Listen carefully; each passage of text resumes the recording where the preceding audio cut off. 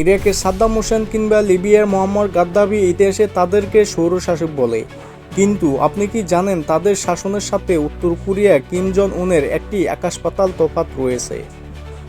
সাদ্দাম হোসেন বা গাদ্দাফি তাদের জনগণকে শাসন করলেও কখনো এভাবে জিম্মি করেননি যা কিম জন উন করেছেন।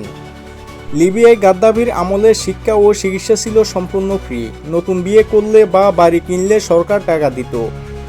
সাদ্দাম হোসেনের ইরাকের মানুষের জীবনযাত্রার মান ছিল অনেক উঁচুতে। সবচেয়ে বড় কথা, ওনারা দেশের মানুষকে আধুনিক জীবনযাপন দিয়েছিলেন, বাইরের দুনিয়া থেকে সম্পূর্ণ বিচ্ছিন্ন করে অন্ধকারের খাঁচায় বন্দি করে রাখেননি। মানুষ টিভি দেখত, খবর জানত, বিদেশে যাতায়াত করতে পারত।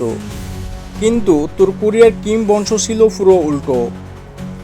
তারা 2.5 কোটি মানুষকে আক্ষরিক অর্থে জিম্মি করে রেখেছে। সেখানে কোনো বৈশ্বিক ইন্টারনেট নেই, বাইরের দুনিয়া কি হচ্ছে সাধারণ মানুষ তা কিছু জানে না। একটা বিদেশি সিনেমা দেখার অপরাধে বা ঠিকমতো নেতার মূর্তির সামনে মাথা নত না করলে শুধু তাকে নয়, তার পুরো 3 প্রজন্মকে বন্দি শিবিরে মরতে হয়। কিম জন উন খুব ভালো করে জানেন, যেদিন উত্তর কোরিয়ার মানুষ বাইরের পৃথিবীর স্বাধীনতার কথা জানতে পারবে, সেদিন তার ক্ষমতা তাসের ঘরের মতো ভেঙে পড়বে। বাংলাদেশের শেখ হাসিনা, লিবিয়ার গাদ্দাফি, ইরাকের সাদ্দাম হোসেন মতো নেতারা টিকতে পারে না। যেদিন জনগণ পুষে উঠবে, সেদিন ক্ষমতার পতন হবে উত্তর কোরিয়ার। News desk.